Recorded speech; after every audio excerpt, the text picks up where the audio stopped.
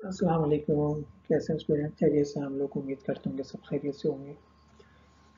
मैं second year standard के लिए अकाउंटिंग का कोई कोर्स लेकर आया हूँ जिसको हम कहते हैं पार्टनरशिप फॉर्मेशन।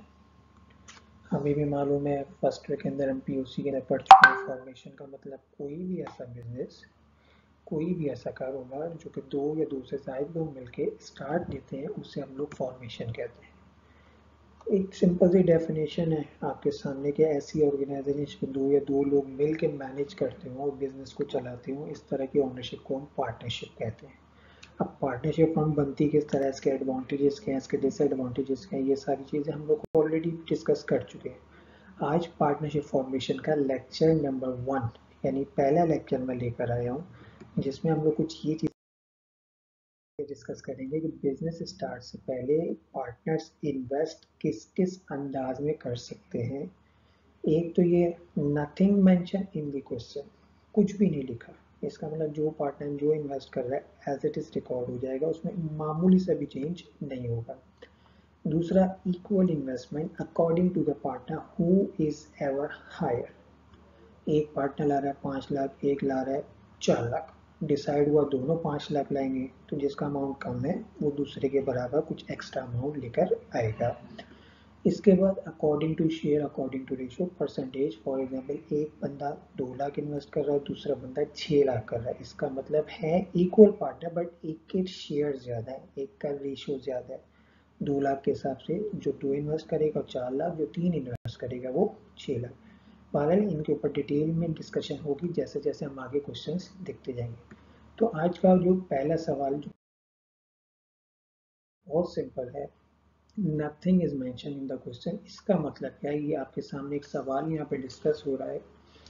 गौहर और ताहिर दो पार्टनर्स हैं जिन्होंने मलिक फैब्रिक के नाम से एक बिजनेस स्टार्ट करने की कोशिश की। उनकी कंट्रीब्यूशन आपके सामने। मिस्टर गौहर 80 लाख रुपए cash, merchandise 1 lakh, equipment 2 lakh और फर्नीचर 90,000। आगे कुछ भी नहीं है, एज इट इज। इसका मतलब मिस्टर ताहिर इस बात पर अग्री कर रहे हैं। मिस्टर ताहिर 90,000 रुपये कैश, मर्चेंडाइज 60,000, इक्विपमेंट 1 लाख और मशीनरी 1,70,000 की लाख। इसका मतलब जो पार्टनर जितना इन्वेस्ट कर रहा है दूसरे पार्टनर को उसके ऊपर किसी भी तरह का कोई इशू नहीं है, वो अग्री कर रहा है। तो इस चीज़ को कहा जाता है nothing is mention in the question, यानी जो अमाउंट लिखा है एज इट इज हम उसके मुताबिक रिकॉर्डिंग कर देंगे। रिक्वायर्ड कहते हैं एंट्रीज बनाओ, यानी फॉर्मेशन को रिकॉर्ड करो। और इनिशियल बैलेंस शीट बनानी कैसे बनती है, आइए स्टार्ट करते हैं। सबसे पहले जनरल ड्रॉ करेंगे। Date, particular, PR, debit and credit. इसके बाद मिस्टर गौहर ने कैश इन्वेस्ट किया था 80,000, डेबिट साइड पे रिकॉर्ड करेंगे। Merchandise inventory 1 lakh, equipment 2 lakh, furniture 90,000 and capital, यानी चार चीज़ें इन्वेस्ट कर रहे थे, चारों मिला के बनता है इनका 4,70,000। एंट्री के बाद रिकॉर्डिंग कर देंगे इसकी नरेशन की, to record investment of mister Gauhar then entry close. बहुत सिंपल रिकॉर्डिंग है।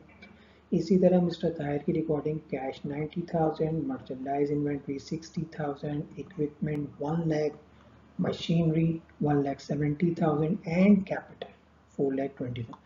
आप देख सकते हो दोनों का इन्वेस्टमेंट इक्वल नहीं है, क्योंकि सवाल में कुछ भी मेंशन नहीं था इनकी इन्वेस्टमेंट के हवाले से, इसलिए जो अमाउंट टोटल आएगा हम एज इट इज उसको रिकॉर्ड करें। अब अगर आपका सवाल यहीं पर ख़त्म होता है तो ये आपने 10 नंबर का एग्जामिनेशन पॉइंट ऑफ व्यू से सवाल सॉल्व कर लिया है। लेकिन क्योंकि सवाल की रिक्वायर्ड बैलेंस शीट भी है तो बैलेंस शीट की तरफ चलते हैं। अच्छा, बहुत से स्टूडेंट के दिमाग में एक चीज़ होती है बैलेंस शीट फर्स्ट ईयर वाली है, बड़ी मुश्किल है। नहीं, ऐसा नहीं है।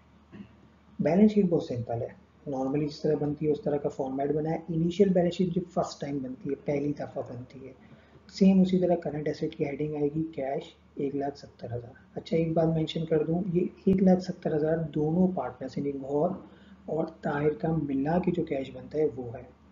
इसी तरह मर्चेंडाइज इन्वेंट्री दोनों ने मिलकर इन्वेस्ट की 1,60,000, तो टोटल करंट एसेट हो गया हमारे पास 3,30,000। सेम इसी तरह फिक्स असेट्स, इक्विपमेंट दोनों ने मिला के 3 लाख के इन्वेस्ट किए, फर्नीचर 90,000 के, मशीनरी 1,70,000, दोनों ने मिला के जो इन्वेस्ट की 1,70,000, टोटल करेंगे तो टोटल फिक्स असेट हो गया दैट इज 5,60,000। सेम उसी तरह ये आपके करंट असेट, ये आपके फिक्स असेट, अब टोटल किया तो कितना बन गया 8,90,000, डबल मार्किंग कर देंगे ताकि हमारा टोटल क्लोज हो जाए। अब आता हूँ लाइबिलिटीज सेक्शन। लाइबिलिटीज फिलहाल नहीं है हमारे पास, तो यहाँ पे हम लोग लिख देंगे नील, कुछ भी नहीं करना, नहीं है जीरो। इसके बाद पार्टनर्स इक्विटी, फर्स्ट ईयर में हम लिखते थे ओनर्स इक्विटी क्योंकि सोल प्रोप्राइटरशिप थी, ये क्या है पार्टनर्स इक्विटी क्योंकि दो पार्टनर्स हैं। इसी तरह कैपिटल गौहर 470, जनरल में जाएंगे क्रेडिट साइड पर नजर आ जाएगा, कैपिटल ताहिर 4,20,000, दोनों को जमा किया तो टोटल पार्टनर्स इक्विटी बन गया 8,90,000। यहाँ लिखा है जीरो, ये लिखा है 890, दोनों को जमा करें तो टोटल इक्विटीज कितना बन गया 8,90,000। तो ये हमारी बैलेंस शीट है। अगर आपकी दोनों चीज़ें सवाल में मांगेगा तो सेक्शन सी में चांसेस है कि सवाल आ सकता है, अदरवाइज एक चीज़ अगर डिमांड करेगा तो सेक्शन बी में या पे थोड़ा सा रिक्वायर्ड को कम कर दिया जाएगा। अच्छा जी, ये हो गया सारा। इसके बाद उम्मीद करता हूँ कि आपको मेरा पहला लेक्चर समझ में आया होगा। नहीं समझ में आती, कोई इश्यू आता है, कोई परेशानी आती है, आप लोग मुझे कमेंट्स में मेरे प्राइवेट व्हाट्सएप नंबर के ऊपर, फेसबुक पेज के ऊपर मुझसे रब्ता कर सकते हो। इसके अलावा और भी लेक्चर्स हैं, स्टैटिस्टिक्स के भी हैं, अकाउंटिंग के भी हैं, कुछ मेरे पर्सनल हैं, कुछ जो मैं सीख रहा हूँ वहाँ से भी हैं। तो इंशाल्लाह उम्मीद करता हूँ आपको काफ़ी फ़ायदा होगा। तो जब तक लेक्चर नंबर 2 आता है तब तक के लिए अल्लाह हाफिज़, ख्याल रखिएगा।